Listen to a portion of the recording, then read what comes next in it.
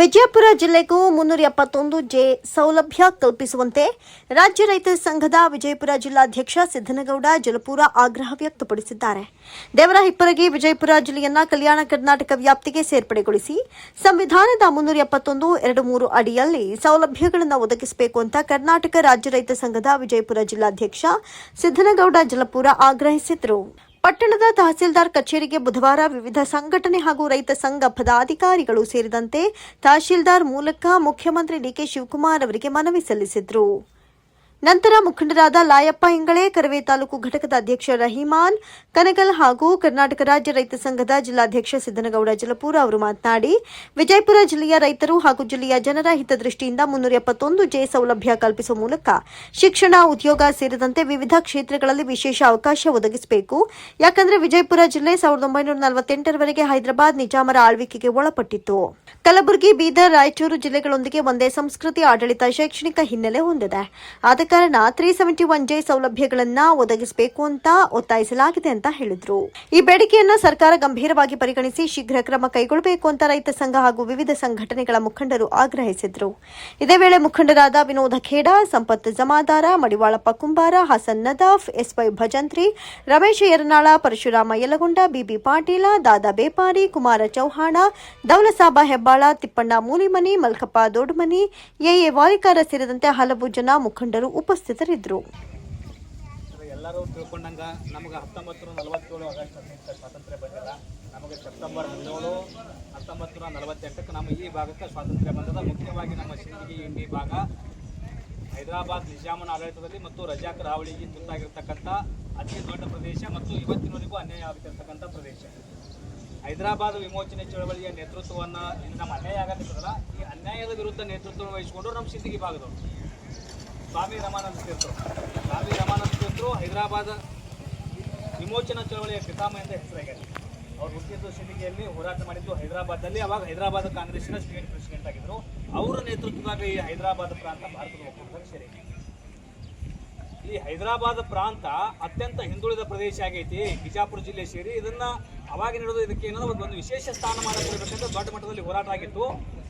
ಆದರೆ ಈ ಸರ್ಕಾರಗಳು ಒಡೆದು ಆಳುವ ನೀತಿಯ ಮೂಲಕ ನಮ್ಮ ಬಿಜಾಪುರ ಜಿಲ್ಲೆಯನ್ನು ಹೊರಗಿಟ್ಟು ಕಲ್ಯಾಣ ಕರ್ನಾಟಕದ 3 ಜಿಲ್ಲೆಗಳು ಗುಲ್ಬರ್ಗ, ಬೀದರ್, ರಾಯಚೂರು ಅವು ಒಡೆದು ಮತ್ತು ರಾಯಚೂರದಾಗ ಕೊಪ್ಪಳ ಆಗೈತಿ, ಗುಲ್ಬರ್ಗದಾಗ ಯಾದಗಿರಿ ಆಗೈತಿ.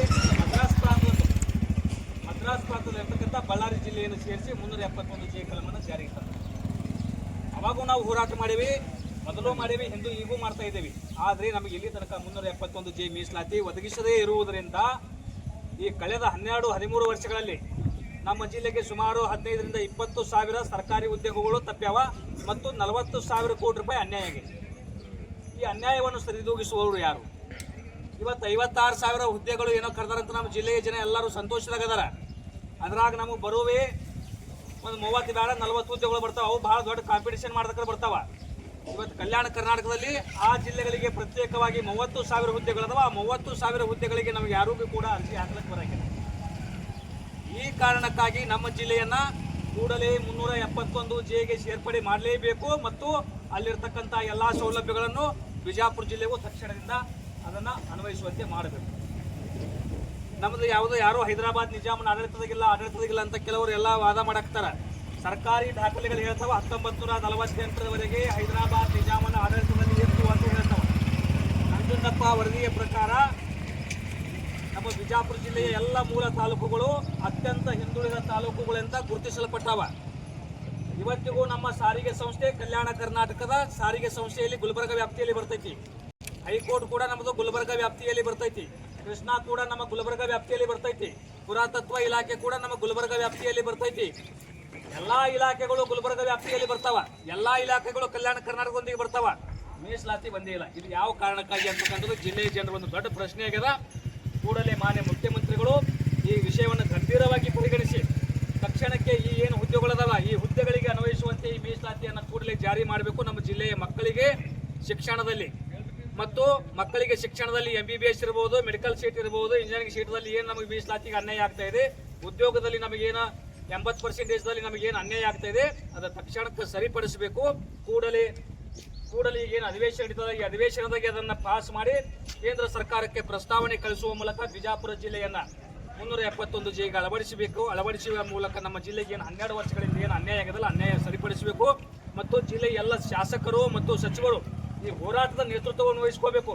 ಇದು ಏನೋ ತಮಗೆ ಸಂಬಂಧ ಇಲ್ಲ ಅಂತ ವರ್ತಿಸಿದ್ರ ಅದು ಮುಂದಿನ ದಿನಮಾನಗಳಲ್ಲಿ ಅದರ ಪರಿಣಾಮವನ್ನು ಎದುರಿಸಬೇಕಾಗ್ತದೆ. ಈ ನಮ್ಮ ಜಿಲ್ಲೆಗೆ ಏನಾದರೂ ಅನ್ಯಾಯ ಆಗಿದ್ರೆ ನಮ್ಮ ಜಿಲ್ಲೆಯ ಶಾಸಕರು ಮತ್ತು ಸಚಿವರು ಕೂಡ ಇದರ ಹೊಣೆಗಾರಿಕೆ ಅದ. ಯಾಕಂದ್ರೆ ಅವ್ರು ಇಲ್ಲಿವರೆಗೆ ಅದನ್ನು ಪ್ರಶ್ನೆ ಮಾಡ್ತಿಲ್ಲ. ಎಲ್ಲಿವರೆಗೆ ನಮ್ಮ ಜಿಲ್ಲೆಯ ಶಾಸಕರು ಸಚಿವರು ಪ್ರಶ್ನೆ ಮಾಡೋದಿಲ್ಲ ಅಲ್ಲಿವರೆಗೆ ನಮಗೆ ಮೀಸಲಾತಿ ಸಿಗೋದಿಲ್ಲ. ತಕ್ಷಣಕ್ಕೆ ಎಲ್ಲ ಸಚಿವರು ಶಾಸಕರು ಈ ವಿಧಾನಸಭೆ ಅಧಿವೇಶನದಲ್ಲಿ ಪ್ರಶ್ನೆಯನ್ನು ಎತ್ತಬೇಕು. ಎತ್ತಿ ಕೇಂದ್ರ ಸರ್ಕಾರಕ್ಕೆ ಪ್ರಸ್ತಾವನೆ ಕಳಿಸಿ ತಕ್ಷಣದಿಂದಲೇ ನಮ್ಮ ಜಿಲ್ಲೆಗೆ ಒಂದು ಮೀಸಲಾತಿಯನ್ನು ಒದಗಿಸುವ ಪ್ರಯತ್ನ ಮಾಡಬೇಕು. ಅದನ್ನು ತಾವು ಮುಖ್ಯಮಂತ್ರಿಗಳ ಮೂಲಕ ಅದನ್ನು ಸರ್ಕಾರಕ್ಕೆ ಮನವರಿಕೆ ಮಾಡಿಕೊಡ್ಬೇಕಂತ ತಮ್ಮಲ್ಲಿ ವಿನಂತಿಯನ್ನು ಮಾಡ್ತೇವೆ. ಈಗ ನಮ್ಮ ಸಿದ್ದನಗೌಡರು ಮಾತಾಡ್ತಾರೆ.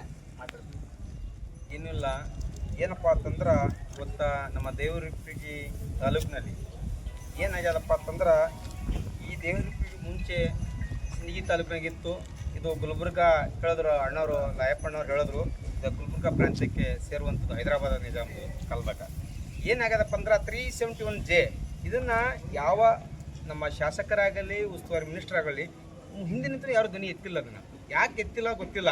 ಅವರು ಪ್ರಶ್ನೆ ಮಾಡಲೇಬೇಕು ಅಧಿವೇಶನದಾಗ. ನಮ್ದು ಏನು ಒತ್ತಾಯಪ್ಪ ಅಂದ್ರೆ ನಾಳೆ ನಡೆಯುವಂಥ ಅಧಿವೇಶನದಲ್ಲಿ 371J ಸಂಪೂರ್ಣವಾಗಿ ಬಿಜಾಪುರ ಜಿಲ್ಲೆಯನ್ನು ಸೇರಿಸಲೇಬೇಕು. ಯಾಕೆ ಬಳ್ಳಾರಿ ಅದು ಮದ್ರಾಸ್ ಇದರಲ್ಲಿರೋದು ಸರ್ಕಾರ ಅದನ್ನೇ ಸೇರ್ಪಡೆ ಮಾಡಿದರೆ ನಮ್ಮ ಬಿಜಾಪುರ ಸೇರ್ಪಡೆ ಮಾಡಲೇಬೇಕು.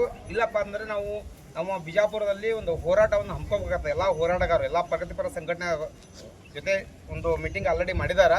ನಾವು ಹೋರಾಟ ಮಾಡಬೇಕಾಗ್ತದೆ. ಮುನ್ನೆಚ್ಚರಿಕೆಯಾಗಿ ಸರ್ಕಾರ ಇದನ್ನು ವಿಳಂಬ ಮಾಡದೆ 370J ಅನುಷ್ಠಾನ ಮಾಡಲೇಬೇಕು. ತಮ್ಮ ವಿಧಿವಿಧಾನಗಳು ಏನದಾವ ಸರ್ಕಾರದ ಇದರಲ್ಲಿ ಅದು ಅನುಷ್ಠಾನ ಮಾಡಬೇಕಂತ ನಮ್ಮ ಕರ್ನಾಟಕ ರಾಜ್ಯ ರೈತ ಸಂಘನೂ ನಾವು ಅದಕ್ಕೆ ಬೆಂಬಲ ಕೊಡ್ತೀವಿ ಮತ್ತು ಹೋರಾಟಕ್ಕೂ ಯಾವತ್ತೂ ನಾವು ಸಂಪೂರ್ಣವಾಗಿ ಕರ್ನಾಟಕ ರಾಜ್ಯ ಇದಕ್ಕೆ ಇರ್ತಂತ ನಾನು ಹೇಳ್ತಾ ಇದ್ದೀನಿ.